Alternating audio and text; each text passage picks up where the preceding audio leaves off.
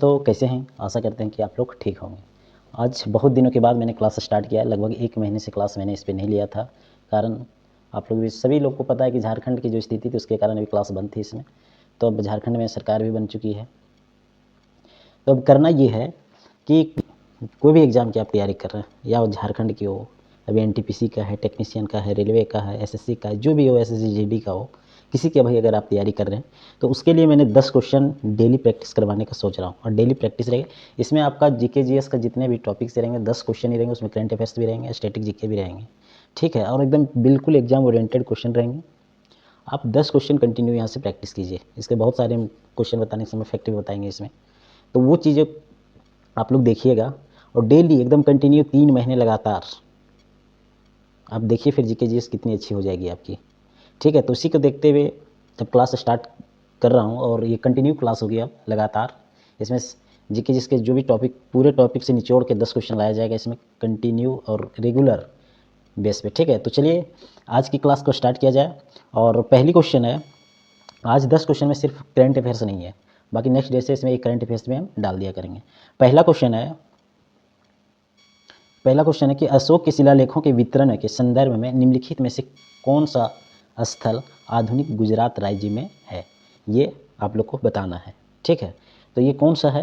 तो ये गिरनार है। कौन सा है? गिरनार, ठीक है। ये कौन सा है? गिरनार, जो आधुनिक गुजरात राज्य में है, गिरनार, ठीक है। अगर हम लोग यहाँ बात करें कि अशोक शिलालेख के बारे में, तो अशोक शिलालेख को जो पहली बार पढ़ा था वो जेम्स, किसने? जेम्स प्रिंसपे। किसने पढ़ा था? जेम्स प्रिंसपे। कब पढ़ा था? 1837 में, ठीक है। ये अशोक के शिलालेखों को पढ़ने वाले प्रथम व्यक्ति थे जेम्स प्रिंसपे, ठीक है। ये पढ़े थे 1837 में, ठीक है। ये ध्यान रखिएगा। सबसे जो ज़्यादा पूछा गया है कि जो अशोक का शिलालेख था वो अधिकांश शिलालेख प्राकृत भाषा में था।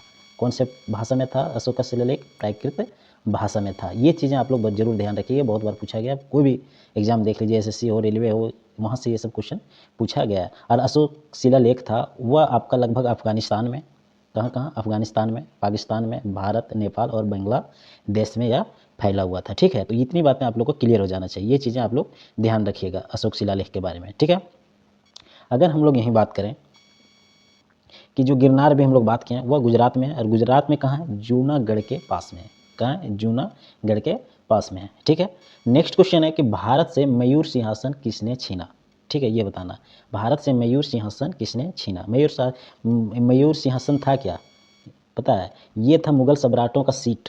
क्या था? मुगल सम्राटों का सीट था ये, ठीक है। और ये जो सीट था वह बिल्कुल को आई नूर हीरा का बना था। किसका? को आई नूर हीरा से बना था यह मयूर सिंहासन, ठीक है। तो ये चीज़ें इसमें ध्यान रखिएगा, ठीक है। ये को आई नूर हीरा का बना हुआ था। तो ये किसने छीना था वो बताना है, ठीक है। तो ये जो छीना था वह नादिर शाह ने छीना था। किसने? नादिर शाह ने छीना था, ठीक है। मयूर सिंहासन जो था यह शाहजहाँ के लिए बनाया गया था, ठीक है। किसके लिए? शाहजहाँ के लिए, ठीक है। शाहजहाँ के लिए यह मयूर सिंहासन बनाया गया था, ठीक है। ये अभी हम बात किए या मुगलों का, या मुगल जो जितने मुगल सम्राट थे उन लोगों का ये सीट था, ठीक है। सबसे बात करें कि मयूर सिंहासन को जो रखा गया था वो कहाँ रखा गया था? तो दिल्ली के लाल किले में दीवान, ये खास एक स्थान है, वहाँ पे मयूर सिंहासन को रखा गया था, ठीक है। और इसको 1739 में, कब? 1739 में नादिर शाह ने इसको छीन लिया दिल्ली पे आक्रमण करके, ठीक है। 1739 में, ये ईस्वी भी आप लोग इसमें याद रखिएगा, ठीक है। अगर हम लोग यहीं बात करें किसका? नादिर शाह का, ठीक है। नादिर शाह की अगर बात करें तो ये ईरानी शासक था। नादिर शाह कौन था? ईरानी शासक था, ठीक है। और यह 1733 में यह पर्सिया का शासक बना। कब? 1730 में।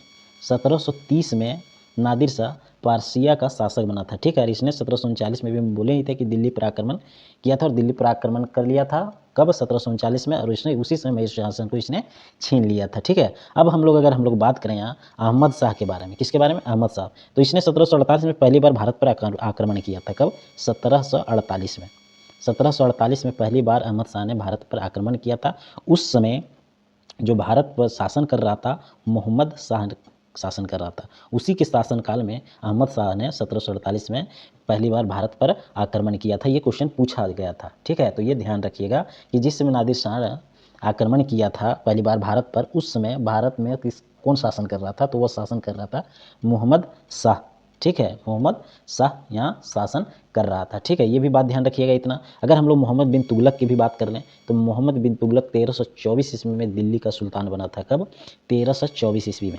1324 ईस्वी में मोहम्मद बिन तुगलक दिल्ली का सुल्तान बना था और इसका जो शासनकाल था वह 1324 से 1351 तक था। किसका? मोहम्मद बिन तुगलक का। ये भी ध्यान आप लोग रखिएगा। और इसको क्या बोला जाता था जानते हैं? धनवानों का राजा। किसको? मोहम्मद बिन तुगलक को धनवानों का राजा भी बोला जाता था। इसने एक काइंस सांकेतिक मुद्रा भी चलाया था। कब? 1330 और 1332 के बीच में कौन? मोहम्मद बिन तुगलक ने काइंस सांकेतिक मुद्रा भी एक चलाया था। अगर मोहम्मद बिन तुगलक का कभी पूछ दे कि इसका वास्तविक नाम क्या था, तो मोहम्मद बिन तुगलक का जो वास्तविक नाम था उलुग खान था। उलुग खान था। ये चीज़ आप लोग ध्यान रखिएगा। इतना चीज़ पूछा जाता है बहुत अच्छे।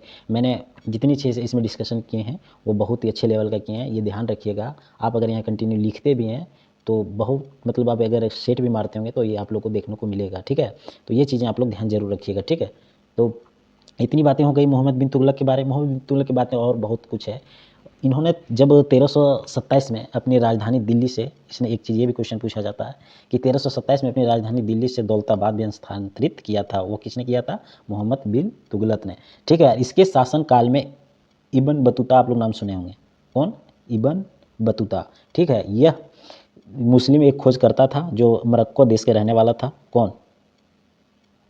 इब्न अबू बतूता। ठीक है, ये मोहम्मद बिन तुगलक के शासनकाल में आए हुए थे।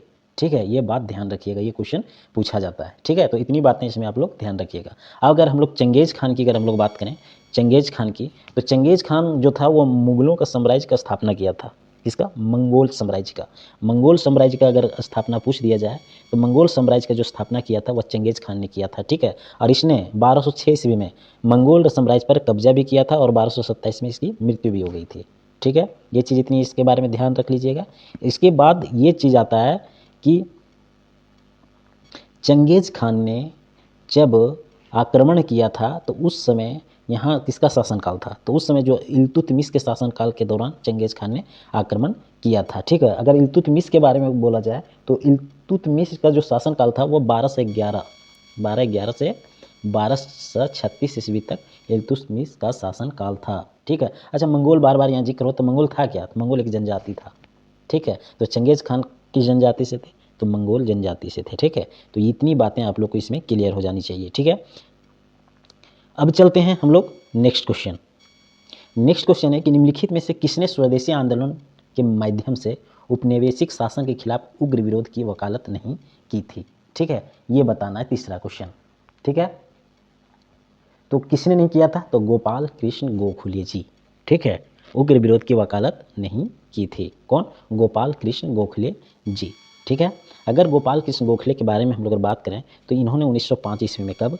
1905 ईस्वी में सर्वेंट्स ऑफ इंडिया सोसाइटी की स्थापना किया था। और इसको इसलिए किया था इसने क्योंकि भारत में शिक्षा का विस्तार हो, फैले, इसलिए गोपाल कृष्ण गोखले ने 1905 ईस्वी में सर्वेंट्स ऑफ इंडिया सोसाइटी की स्थापना किया था। ये बात आप लोग जरूर ध्यान रखिएगा। गोपाल कृष्ण गोखले एक समाज सुधारक व्यक्ति भी थे और इन्होंने 1909 में, कब? 1909 में मार्लो मिंटो सुधारों को तैयार करने में बहुत महत्वपूर्ण भूमिका अपनी निभाई थी। ये क्वेश्चन बहुत बार पूछा गया था, तो ये चीज़ें आप ध्यान रखिएगा कि मार्लो मिंटो सुधारों में किसकी बहुत बड़ी मतलब भूमिका निभाई थी, योगदान दिया था, तो वो थे गोपाल कृष्ण गोखले। ठीक है, ये चीज़ ध्यान रखिएगा। उसके अलावा गोपाल कृष्ण गोखले के बारे में ये भी आप ध्यान रखिएगा कि बनारस अधिवेशन में इन्होंने 1905 ईस्वी में कांग्रेस के अध्यक्ष बने थे। 1905 ईस्वी में कांग्रेस के अध्यक्ष बने थे। कौन? गोपाल कृष्ण गोखले। कहाँ? बनारस अधिवेशन में। ठीक है, ये चीज़ें आप जरूर ध्यान रखिएगा, बनारस अधिवेशन में। ठीक है, और गोपाल कृष्ण गोखले को महात्मा गांधी के राजनीतिक गुरु भी माना जाता है। ठीक है, इतनी पॉइंट आप ध्यान रखिएगा। ये हो गए गोपाल कृष्ण गोखले के बारे में। ठीक है, अगर यही लाला लाजपत राय जी के बारे में हम लोग अगर बात करें, इसकी लाला लाजपत राय जी की अगर हम लोग बात करें तो इन्होंने 1921 ईस्वी में, कब? 1921 ईस्वी में इन्होंने सर्वेंट्स ऑफ पीपुल सोसाइटी की स्थापना किया था। किसका? 1921 में सर्वेंट्स ऑफ पीपुल सोसाइटी की स्थापना किया था किसने? लाला लाजपत राय ने। ठीक है। और 1917 ईस्वी में कौन? बाल गंगाधर लाला लाजपत राय ने क्या न्यूयॉर्क में अमेरिका के होम रूल लीग की स्थापना किया था? कब? 1917 में न्यूयॉर्क में अमेरिका के होम रूल लीग की स्थापना किसने किया था? तो लाला लाजपत राय जी ने किया था 1917 ईस्वी में। और लाला लाजपत राय जी को पंजाब का शेर भी कहा जाता है। शेर है ये पंजाब, पंजाब का शेर भी कहा जाता है। ठीक है। और लाला लाजपत ही ऐसे व्यक्ति थे जो साइमन कमीशन का विरोध कर रहे थे। कहाँ? लाहौर में, जिस कारण वहाँ जो पुलिस थी उसने डंडे से सिर पे मारा और उसकी वहाँ पे मृत्यु हो जाती थी। साइमन कमीशन का विरोध कौन कर रहे थे लाहौर में? तो लाला लाजपत राय। ये भी ध्यान रखिएगा। और ये ऐसे व्यक्ति थे जो महात्मा हंसराज से बहुत प्रेरित थे। किससे? अगर पूछ लिया जाए कि लाला लाजपत राय किस व्यक्ति से प्रेरित थे, तो महात्मा हंसराज से प्रेरित थे। ये भी ध्यान रखिएगा। और इन्होंने एक इंपॉर्टेंट बात ध्यान रखिए, इन्होंने कब? 1922 ईस्वी में असहयोग आंदोलन का वापस लेने का विरोध किया था। ये बहुत इंपॉर्टेंट है। किसने असहयोग आंदोलन को वापस लेने का विरोध किया था? तो लाला लाजपत राय। कब? 1922 ईस्वी में। ठीक है। मेरी बातों को आप लोग ध्यान से सुनिएगा, ये बहुत इंपॉर्टेंट फैक्ट हम बता रहे हैं। ठीक है। तो ये वापस लेने का विरोध किया था तो कौन थे? लाला लाजपत राय जी थे। ठीक है। इन्होंने मोतीलाल नेहरू, सी.आर. दास और किसके साथ? स्वराज पार्टी की स्थापना किया था। किसके किसके साथ मिलकर? मोतीलाल नेहरू, सी.आर. दास के साथ मिलकर लाला लाजपत राय जी ने स्वराज पार्टी की स्थापना किया था। ठीक है। ये भी आप लोग ध्यान रखिएगा। हम जितनी भी बातें बोल रहे हैं एकदम बिल्कुल एग्जाम पॉइंट से बहुत ही PVI है। ठीक है। ये बात आप लोग ध्यान रख लीजिएगा। अगर अब हम लोग बाल गंगाधर तिलक की अगर हम लोग बात करें तो इसने स्वदेशी आंदोलन 1905 में शुरू किया था। स्वदेशी आंदोलन इसने 1905 ईस्वी में शुरू किया था। और इन्होंने 1916 ईस्वी में अखिल भारतीय होम रूल की भी स्थापना किया था। किसने? बाल गंगाधर तिलक। कब? 1916 में। ठीक है। और स्वदेशी आंदोलन कब शुरुआत किया था? 1905 ईस्वी में। ठीक है। और Akhil Bharatiya home rule league जो स्थापना में ये लोग जो किया था 1916 में, उनमें एनी बेसेंट भी शामिल थे और GS खापड़े भी शामिल थे। ठीक है। तो ये बातें बाल गंगाधर तिलक के बारे में ध्यान रखिएगा। और विपिन चंद्र पाल के बारे में अगर हम लोग बात करें तो ये एक चरमपंथी नेता थे। विपिन चंद्र पाल क्या थे? एक चरमपंथी नेता थे, जो कि चरमपंथी नेता में और भी आते हैं, जैसे बाल गंगाधर तिलक आ जाएंगे, लाला लाजपत राय जी आ जाएंगे और विपिन चंद्र पाल। ये लोग हो गए आपका चरमपंथी नेता। ये लोग पंजाब, बम्बई और बंगाल में चरमपंथी गतिविधियों का नेतृत्व कर रहे थे। तो अगर पूछ लिया जाए कि पंजाब, बम्बई और बंगाल में चरमपंथी गतिविधियों को कौन कौन नेतृत्व कर रहे थे, तो बाल गंगाधर तिलक कर रहे थे, लाला लाजपत राय जी कर रहे थे और विपिन चंद्र पाल जी कर रहे थे। तो ये चीज़ आप लोग को ध्यान में रहना चाहिए। अगर यहीं जब चरमपंथी की बात हुई तो अगर यहीं हम लोग उदारवादी नेता की अगर हम लोग बात करें तो उदारवादी नेता में कौन कौन थे? तो दादा भाई नौरोजी थे, R सिद्दत जी थे, गोपाल कृष्ण गोखले थे, SN बनर्जी थे और ये ओ होम थे। ये लोग उदारवादी नेता थे। ठीक है। तो इतनी बातें आप लोगों को क्लियर हो जानी चाहिए और इतनी बातें आप लोग ध्यान रखिएगा। ठीक है। चलिए नेक्स्ट क्वेश्चन की अगर हम लोग बात करें कि खुदाई खिदमतगार संगठन का सदस्य किस नाम से प्रसिद्ध था? ठीक है। ये बताना है। तो ये जो था यह लाल कुर्ती से प्रसिद्ध था। खुदाई खिदमतगार किससे?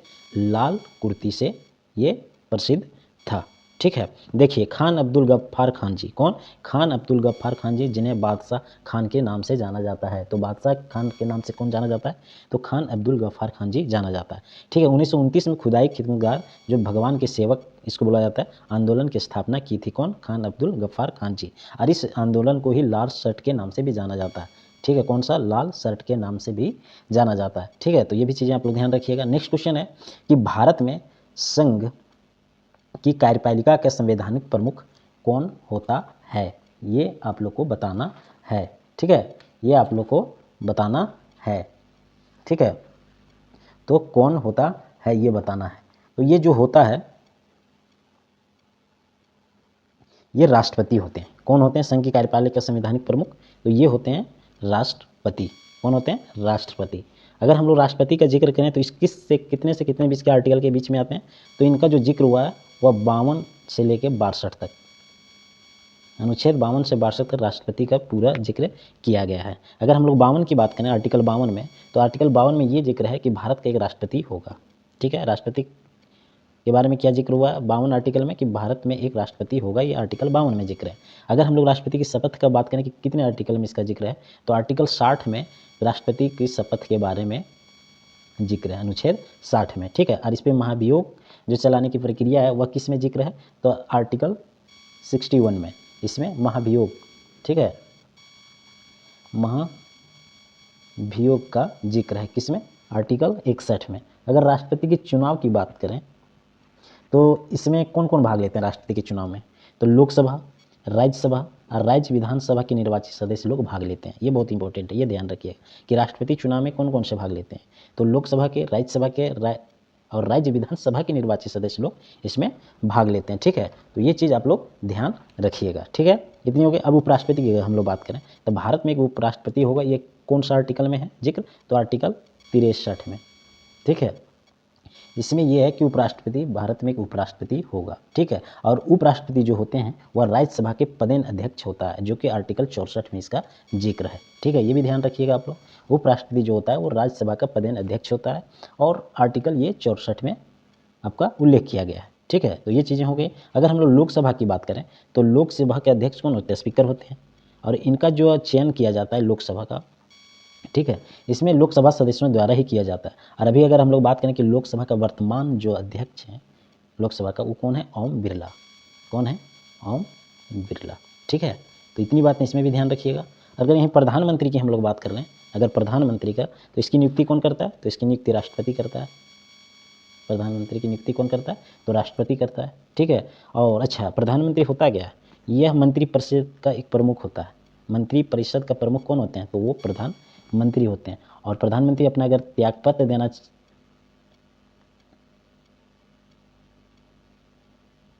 प्रधानमंत्री का शपथ कौन दिलवाते हैं? तो राष्ट्रपति द्वारा दिलवाई जाती है। अच्छा, प्रधानमंत्री का जो जिक्र है हमारे संविधान में अनुच्छेद कितने में है? तो इसका जो जिक्र है अनुच्छेद 75 में। ठीक है, आर्टिकल 75 में उल्लेख किया गया कि भारत में एक प्रधानमंत्री होगा। ठीक है, तो इतनी बातें इसमें आप लोग ध्यान रखिएगा। ठीक है, नेक्स्ट क्वेश्चन है कि स्वतंत्र भारत का पहला केंद्रीय बजट संसद में कब पेश किया गया था? ये बताना है। ठीक है, तो ये जो पेश किया गया था, यह पेश किया गया था 26 नवंबर 1947 को। कब पेश किया गया था केंद्रीय बजट संसद में पहली बार? तो वो किया गया था 26 नवंबर 1947 में। ठीक है, संसद में शामिल कौन कौन है? राज्यसभा, लोकसभा और राष्ट्रपति। ठीक है, कौन कौन? राज्यसभा, लोकसभा और राष्ट्रपति। अगर हम लोग बात करें कि राज्यसभा को क्या बोला जाता है, ठीक है, ये क्वेश्चन पूछा जाता है, तो राज्यसभा को जो बोला जाता है वो काउंसिल ऑफ स्टेट कहा जाता है। क्या? काउंसिल ऑफ स्टेट किसको बोला जाता है? राज्यसभा को। और लोकसभा को क्या बोला जाता है? अगर लोकसभा की बात करें तो लोकसभा को जो बोला जाता है वो बोला जाता है house of people. House of people किसको बोला जाता है? लोकसभा को। राज्यसभा को क्या बोला जाता है? Council of states. ठीक है, ये चीज़ें आप लोग इतना ध्यान रखिएगा। ठीक है, अगर हम लोग यहीं बात करें कि राष्ट्रपति के पास संसद के किसी भी सदन को बुलाने और सत्रावासन करने या लोकसभा को भंग करने की शक्ति होती है। किसके पास? राष्ट्रपति के पास। ये बात ध्यान रखिएगा। और जो संसद का गठन का जो जिक्र है वह आर्टिकल 79 में ये जिक्र है कि संसद का गठन होगा। ठीक है, संसद का गठन होगा, आर्टिकल 79 में ये जिक्र है। तो इतनी बातें इसमें आप लोग ध्यान रखिएगा। नेक्स्ट क्वेश्चन है कि निम्नलिखित में से कौन सा अनुच्छेद राज्य की कार्यकारी शक्तियों और राज्यपाल में निहित करेगा? ठीक है, ये बताना है। तो ये कौन सा हो जाएगा? तो ये हो जाएगा अनुच्छेद 154। ठीक है, अनुच्छेद 154। इसमें क्या है कि राज्यपाल की कार्यकारी शक्तियों का उल्लेख है अनुच्छेद 154 में। ठीक है, अब हम लोग बात करें कि कोई भी राज्य में एक राज्यपाल होगा, यह आर्टिकल कितने में जिक्र है ये बताना है। तो यह जो है जिक्र है आर्टिकल 153 में ये जिक्र है कि राज्य में एक राज्यपाल होगा। ये आर्टिकल 153 में जिक्र है। 154 में तो ये जिक्र है कि राज्यपाल की कार्यकारी शक्तियाँ। अगर हम लोग यहीं बात करें कि राज्यपाल की योग्यता कौन सा आर्टिकल में जिक्र किया गया है, तो 157 में राज्यपाल की योग्यता का जिक्र किया गया है। ठीक है, ये भी बहुत इंपॉर्टेंट है, ये भी ध्यान रखिएगा। और राज्यपाल का शपथ का कौन सा आर्टिकल में जिक्र है? तो ये 159 में राज्यपाल की शपथ का जिक्र किया गया है। ठीक है, ये भी आप लोग ध्यान रखिएगा। ठीक है, राज्यपाल की नियुक्ति कौन करता है? तो राज्यपाल की नियुक्ति जो करता है वो राष्ट्रपति जी करते हैं। कौन करते हैं? राष्ट्रपति जी करते हैं। और इसका जो जिक्र है वो आर्टिकल 155 में ये जिक्र है कि राज्यपाल की नियुक्ति राष्ट्रपति जी करेंगे। आर्टिकल 155 में ये जिक्र है। ठीक है, इतनी बात तो क्लियर हो गई।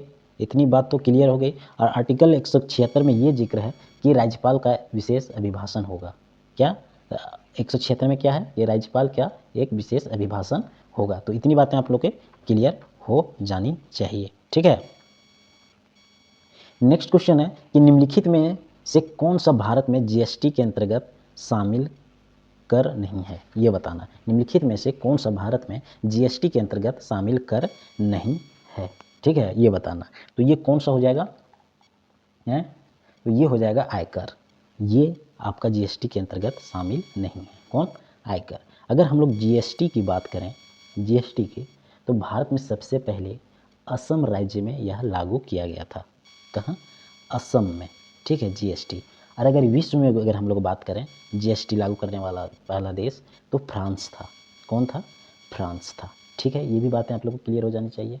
जो भारत में ये जीएसटी का जिक्र जो पहली बार किया गया, वह 101वां संविधान संशोधन में ये पारित किया गया था। केवल 101वां संविधान शोधन में यह पारित किया गया था। और जो हमारे भारत में जीएसटी लागू हुआ है, जीएसटी है, यह जानते हैं कनाडा के मॉडल पर आधारित है। अगर पूछा जाए जो भारत में जीएसटी लागू किया गया वह किस देश के मॉडल पर आधारित है, तो यह जो जीएसटी है यह कनाडा मॉडल पे आधारित है। ये चीज़ आप लोग ज़रूर ध्यान रखिएगा, ठीक है। इसे जो सिफारिश किया था सबसे पहली बार, यह विजय केलकर समिति के द्वारा यह सिफारिश पर बनाया गया था। किसका?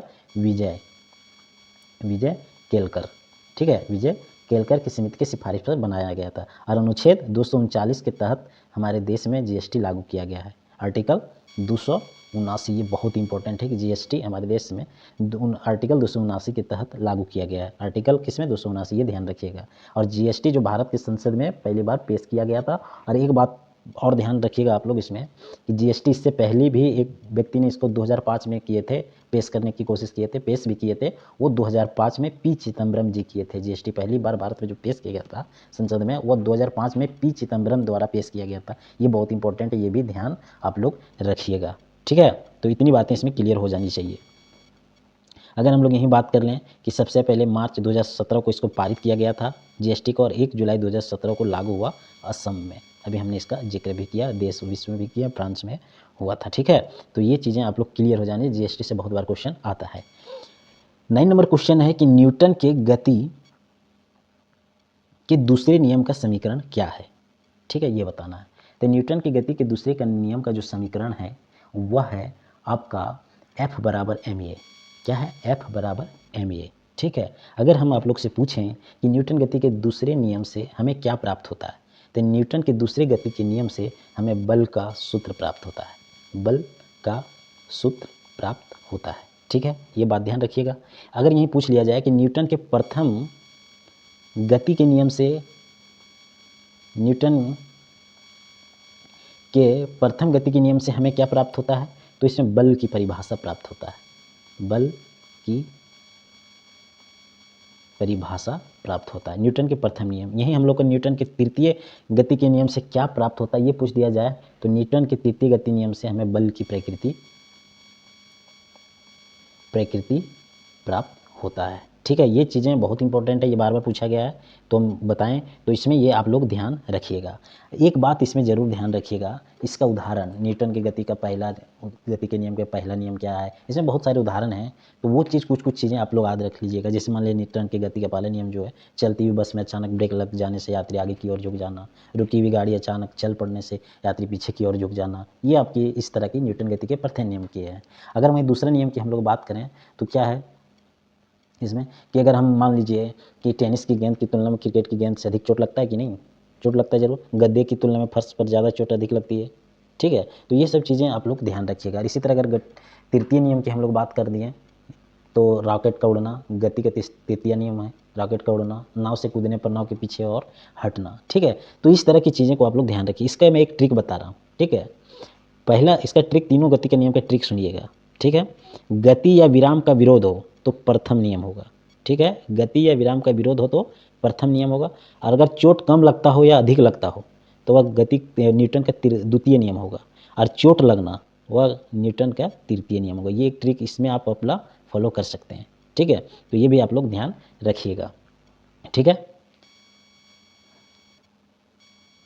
और आज का जो लास्ट क्वेश्चन है कि किस मौसम में जड़ या तने के उत्तकों में संग्रहित शर्करा को कलियों तक पहुंचाया जाएगा जिन्हें पौधों में बढ़ने के लिए ऊर्जा की आवश्यकता होती है, ये बताना है आप लोग को, ठीक है। तो ये जो होगा यह बसंत में होगा। कब होगा? यह बसंत में होगा। ठीक है, बसंत के मौसम में जड़ या तने के ऊतकों में संग्रहित शर्करा को कलियों तक पहुंचाया जाएगा, जिन्हें पौधों को बढ़ने के लिए ऊर्जा की आवश्यकता होगी। ठीक है, आज मैंने 10 क्वेश्चन लाया, मैंने बहुत अच्छे से इसको बताया भी आप लोगों को, बहुत ही इंपॉर्टेंट है। अगर आप मेरी क्लास को रेगुलर देखते हैं तो जीएस, जीके, जीए, करंट अफेयर्स, कल से हम करंट अफेयर्स भी एक क्वेश्चन इसमें डालेंगे। 10 ही क्वेश्चन डेली रहेगा, लेकिन पूरे एग्जाम ओरिएंटेड रहेगा। आप किसी भी के एग्जाम की अगर आप तैयारी करते हैं, ठीक है, तो ज़रूर जुड़िएगा। ठीक है, इसमें और ये कंटिन्यू आएगा। ठीक है, अगर आप लोगों को क्लास पसंद आए तो शेयर और सब्सक्राइब जरूर कीजिएगा। ठीक है, तो आज की क्लास यहीं पे समाप्त करते हैं। जय हिंद।